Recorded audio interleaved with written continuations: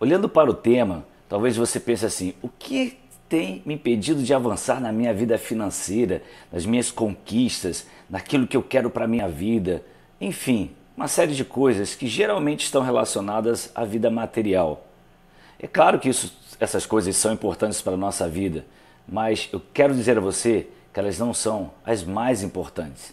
Existe uma coisa que é mais importante na sua vida, e é sobre isso que nós estamos conversando nesse café pastoral. Vem com a gente, vamos lá?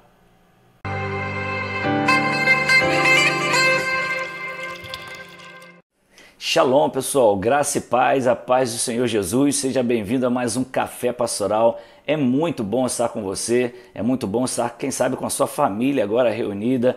Talvez você esteja no trabalho, né, na hora do almoço aí, ou no caminho do trabalho, talvez você esteja retornando do trabalho, talvez você esteja em casa, talvez preparando o almoço, ou talvez tomando seu café da manhã. Enfim, o horário que você estiver assistindo, seja manhã, tarde ou noite, participando desse café, ouvindo esse café, que seja bênção na sua vida, que o Espírito Santo de Deus faça fluir algo poderoso na sua vida.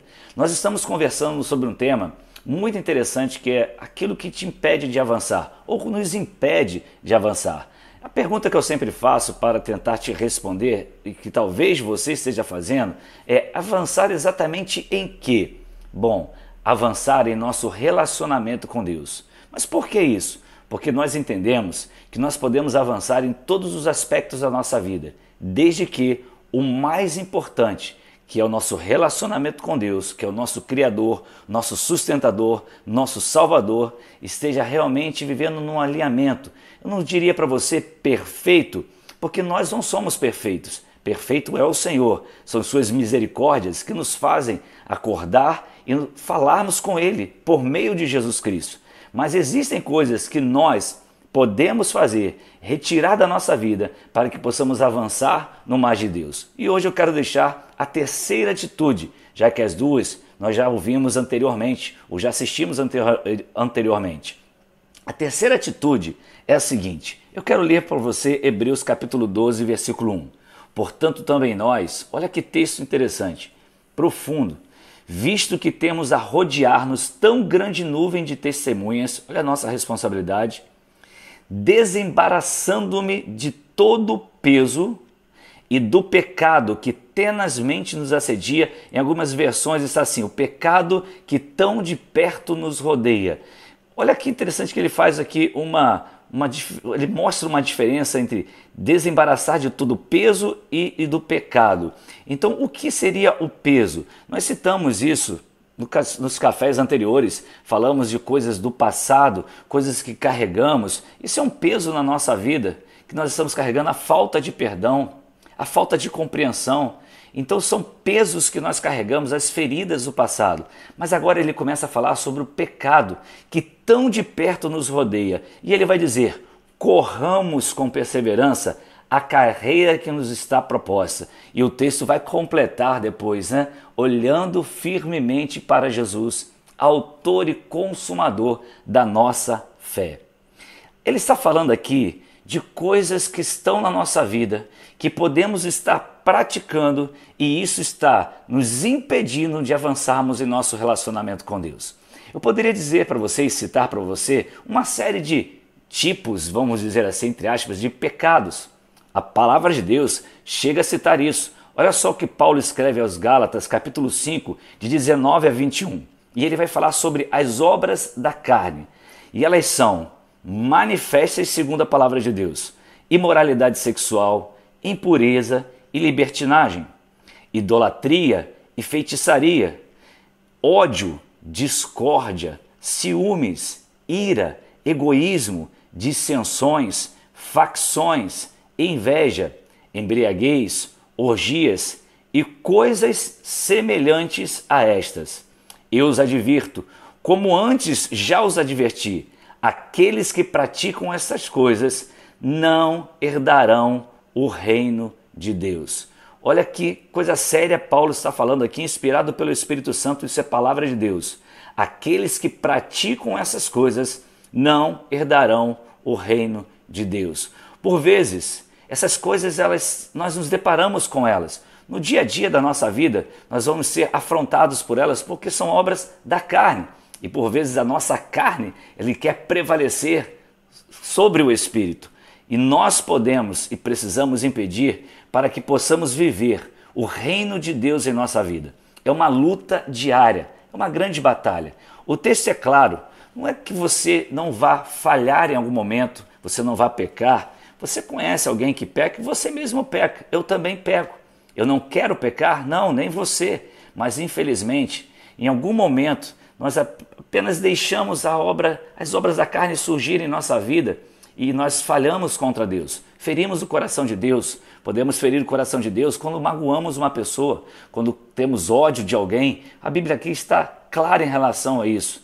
Agora, o problema é quando você pratica e vive debaixo dessas coisas. Aí sim, você está completamente separado do reino de Deus. Você pode até frequentar uma igreja, sabia disso? Você pode estar numa congregação cristã, você pode estar frequentando um grupo de irmãos em Cristo Jesus, e você pode, infelizmente, ao invés de estar buscando o Senhor no seu dia a dia, praticando essas coisas. E o texto, meu querido, infelizmente, é muito claro, ou felizmente, nos alerta. Essas pessoas não herdarão o reino dos céus. Isso é muito sério. São essas coisas que elas vão nos embaraçando, vão nos amarrando e o pior, como disse, vão nos impedir de avançar naquilo que Deus tem de mais em nossa vida. O melhor dele, você já sabe, já veio Jesus. Mas em Jesus, o que temos de mais em nossa vida? O que podemos alcançar? A Bíblia fala o seguinte: mas como é santo aquele que vos chamou, sede também vocês santos em todo o vosso procedimento. Pastor, mas eu não vou falhar nunca, eu falho, eu erro algumas vezes. Sim, querido, claro, você, minha irmã, também. Eu vou errar e você vai errar, mas nós não estamos vivendo na prática do erro, vivendo simplesmente mergulhados no pecado. Nós vamos errar, não porque é o que nós desejamos o tempo todo. Infelizmente, em alguns momentos, nós vamos pecar porque nós escolhemos pecar. Essa é a realidade. Mas quando nos arrependemos de todo o coração, quando quebrantamos o nosso coração diante do Pai, Ele não nos despreza, Ele nos recebe de volta, Ele nos perdoa. E aí nós vamos corrigir aquilo que nós fizemos. Eu sempre costumo dizer uma frase que eu aprendi: é melhor você confessar uma tentação do que confessar um pecado cometido. Sabe por quê? Porque quando você confessa algo que você está lutando contra e você chega para alguém, o próprio Deus, é claro, você conversa com Deus, ou Deus usa alguma pessoa para te ajudar, como seu pastor, sua pastora, seu discipulador, sua discipuladora. E aí você vai a essa pessoa e pede ajuda em relação a alguma coisa que você está vivendo, você está passando por uma grande tentação. E aí ele ora por você, ele conversa com você, e assim Deus usa essa pessoa para te ajudar. Mas quando você confessa já um pecado cometido, algo que já aconteceu, Deus se perdoa? Claro que Deus se perdoa. Deus perdoa todos nós quando nos quebrantamos de coração, como já falei. Só que existe um detalhe que nós chamamos de consequências. A partir daí, você terá que organizar ou terá que administrar as consequências desse pecado. Existem muitas pessoas que hoje são servos que amam a Deus, servos que servem de todo o coração ao Senhor, mas até hoje estão administrando pecados que não foram confessados, ou confessados foram, mas poderiam ter sido confessados antes, poderiam ter deixado isso antes, mas não deixaram, e hoje precisam administrar. Deus, Ele nos perdoa de todos os nossos pecados, Ele lança nas maiores profundezas os nossos pecados, Ele não se lembra mais, Ele faz isso, nós já falamos sobre isso. Só tem um detalhe: as consequências dos nossos pecados, elas permanecem, elas não são retiradas. E aí nós temos que administrar essas consequências. Isso é muito sério. Portanto, se você está vivendo uma vida praticando o que nós citamos aqui, tantas outras coisas semelhantes conforme a Bíblia fala, lá em Gálatas, é hora de você deixar isso de lado. Corra com perseverança aquele que é o autor e consumador da nossa fé, a proposta para a nossa vida, olhando firmemente para Ele, Jesus. Corra, como diz o texto, para que você se livre, seja liberto dessas coisas em nome de Jesus e viva o mais de Deus.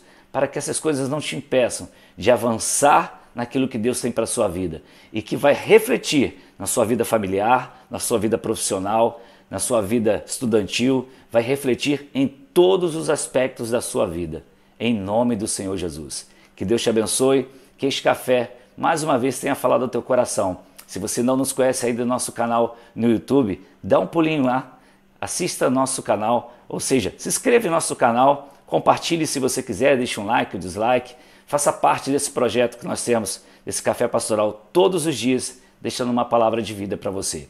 Deus te abençoe, te dê um dia, uma tarde e uma noite muito abençoada, em nome de Jesus, e até amanhã, é claro, né? Se Deus nos permitir. Shalom!